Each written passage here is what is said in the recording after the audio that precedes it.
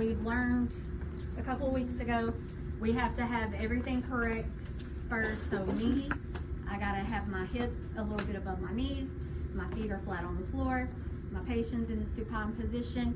I have to sit up close to him to see if he's below my elbow, and he is. So this is good. I've got my light over here, and then I'm going to have my instruments.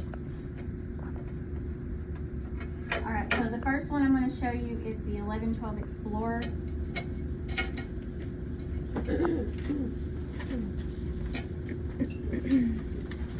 All right, so how do we tell the correct working in on the posterior? If it's built like a house. Built like a house. So my terminal shank is going to be parallel to the distal of a premolar on the posterior teeth. All right, so if I'm doing quad 1 on the buccal, I'm a right-handed clinician, so I'm at my 8 to 9 o'clock position. I've got my light back and at an angle.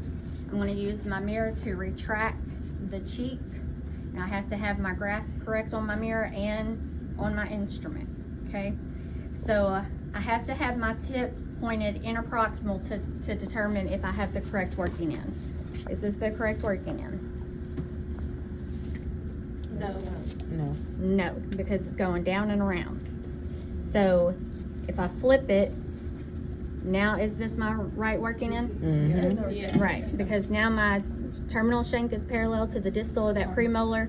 I'm building a house because the top of the roof is up and over the crown of the tooth. Another way we can look at it is this bend. I call it the V to the D, V to the D, so V to the distal. Okay, so I'm going to fulcrum on the occlusal lingual line angle, and my tip tells me which way I'm going. So if I'm trying to go distal, then my tip has to be pointed to the distal.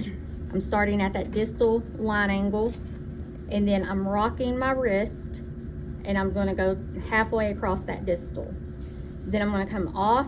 I'm going to turn my instrument, so now my tip is pointed to the mesial.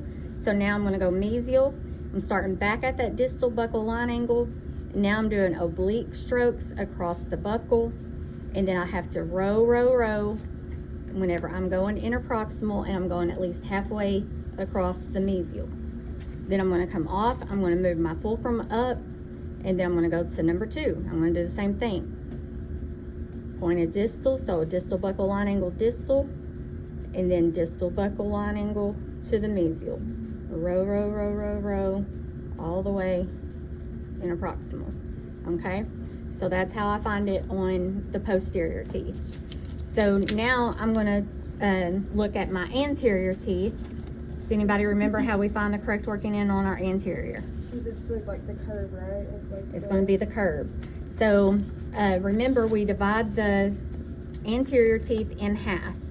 So this half of the tooth is my towards surface. This half is my away surface. So towards, okay? So if I'm doing my towards surfaces, I'm going to start on number 11 and work towards myself to number 6. So in order to find the correct working in, my tip has to be pointed in the direction that I'm going to be moving. So my tip is pointed towards my home base because it's towards me. And then if I'm looking at it, my tip is curved towards the tooth. If I go interproximal, it crosses over the tooth, which is what I want. And then another way I could look at it is that bend that we was looking at for the posterior.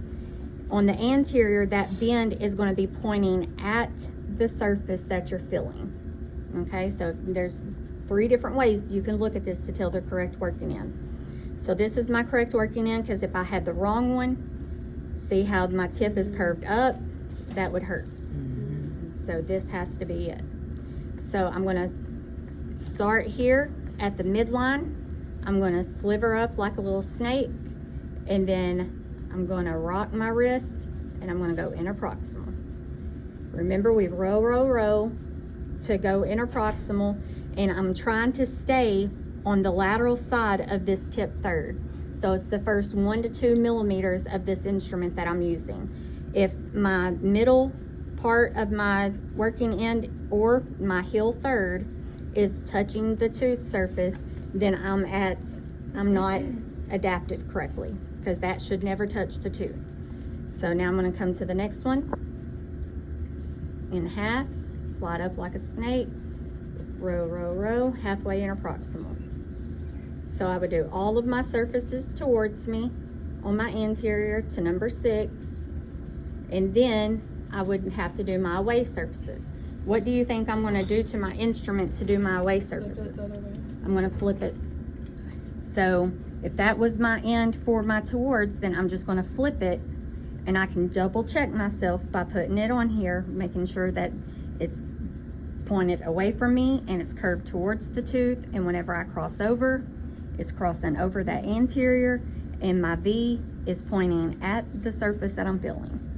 So now I'm going to do my away surfaces. So I'm going to start with number 6 and work away from my home base to number 11. So divide it in half, slide up like a little snake, row, row, row, and you're rocking your wrist.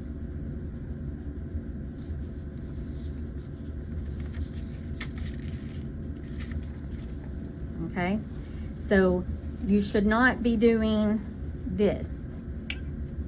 See how my fingers are moving? You're gonna wear yourself out trying to do that. So you have to get that wrist rock down. It's like opening a doorknob. I don't want to see all this. You ain't got to do all this to open a door, do you? Mm-mm. You just turn the wrist. So if you need to practice that, you can just get your fulcrum and just sit there and do like this first. And then once you feel like you have the wrist rock down, then you can put it on the tooth and start rocking, okay? So that's how I do my away surfaces. Now, anytime that we are checking ourselves, we always have to do horizontal strokes at the end to make sure that we didn't miss anything, especially on these anteriors, because the instruments that we use are kind of fat, and it's really easy to miss that very, very facial part right underneath the gingival margin. So I have to do horizontal strokes. So in order to do that, I like to sit at 12 o'clock to do it. You can do it from 8 o'clock, but I like to sit at 12. And my tip has to be pointed towards the sulcus. My handle of the instrument is parallel out here. And I want the back of my instrument to lay flat against the tooth surface like this. And so then I'm going to start here at the middle of the crown, and I'm doing horizontal strokes to the base of the sulcus. Okay? If I had the wrong working end, then see how my tip is curved up, It's not laying. and if I went up, that's going to hurt. And then that's not laying flat against the tooth. So that's how you do your horizontal on your anterior. Okay? So on the posterior, we have to do horizontal strokes as well. So I was over here on quad 1, so I would use the correct working end that I had for quad 1, which is this one. And to do the horizontal strokes, I'm going to hold my instrument handle parallel to the occlusal plane. My tip is pointed up towards the sulcus. I'm going to start here at that distal line angle, and I'm just going around that line angle, making sure that I didn't leave anything there. I'm going to go across the buccal, making sure I didn't leave anything there, and around that mesial to make sure I didn't leave anything there. Okay? Everybody good on that? I think I understand. So the one thing that we have to pay attention to with this 1112 Explorer is the way that we hold it. So making sure that our thumb and our index finger stay apart from each other. Our middle finger is resting on that shank. We're holding this super light. This is It's the one feather where light. You said like if you could come and Yes, pull it, I right? should be able to come pull this out of your hand at any moment. Because if you're putting a lot of pressure on it like this, then you're stopping that vibration, so you don't hear it ting. But if I lighten up, you're gonna hear it ting. Well, you get it. It's hard to make it ting and you're holding it. So that's how you do that. So let me see. If I was doing quad 2 buckle, and that's a surface away from me because I am right-handed, so I'm going to go to my 10 to 11 o'clock position. I'm retracting the cheek with my mirror. Is this my correct working in? No. Why not? It goes across. It It's goes across the going, two. yeah, it's going around it, so it's not building that house. So if I flip my instrument, now is that the correct It's working like in? that. You can Yep, see that. so now I'm parallel Mhm. in my house, my roof to my house. So this would be the correct working in, and I would start back here. I'm gonna fulcrum on the occlusal lingual line angle, and I just pivot with my fulcrum. I don't go to the tooth that I'm doing because then I'm gonna be in the line of fire. So I'm gonna come up here, and then I'm just pivoting Mhm. on my fulcrum to get back to where I need to be. So distal line angle, going distal, come off, turn, distal line angle, come in mesial, row, row, row, halfway across. So just like so. Doing oblique strokes across the buccal and the lingual, and then once we get interproximal, we're doing vertical strokes. And then we always follow up with the horizontal, okay? Could you do the horizontal on the side so I can? On this side? Yes, Sure. please. Sure. So this was my correct working in here. So I'm going to hold my instrument parallel to the occlusal plane.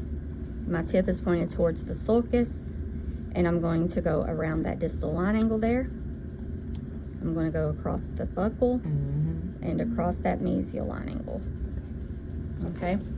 So to find the correct working in on your lingual surfaces of your anterior teeth, this is where your indirect division comes in for your mirror. So you're gonna hold it here, and we do the same thing on the lingual that we did on the facial. We divide it in half. I'm already in my position to do my away surfaces, so I'm just gonna do it. So I'm gonna be looking in my mirror. My tip has to be pointed away from me. So if I am like this and I roll interproximal, is that my right working in?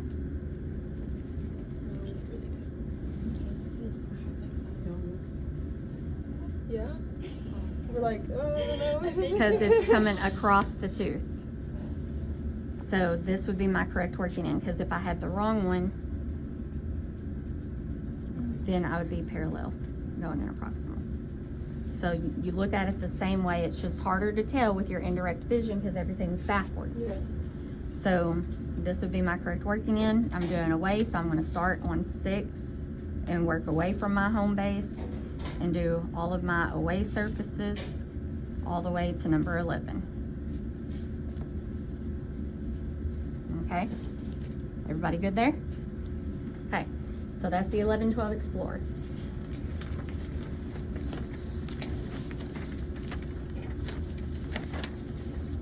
So now we're going to do the probe. The probe. Yeah. Jacqueline, will you do me a favor? In the office, I think Mr. Kim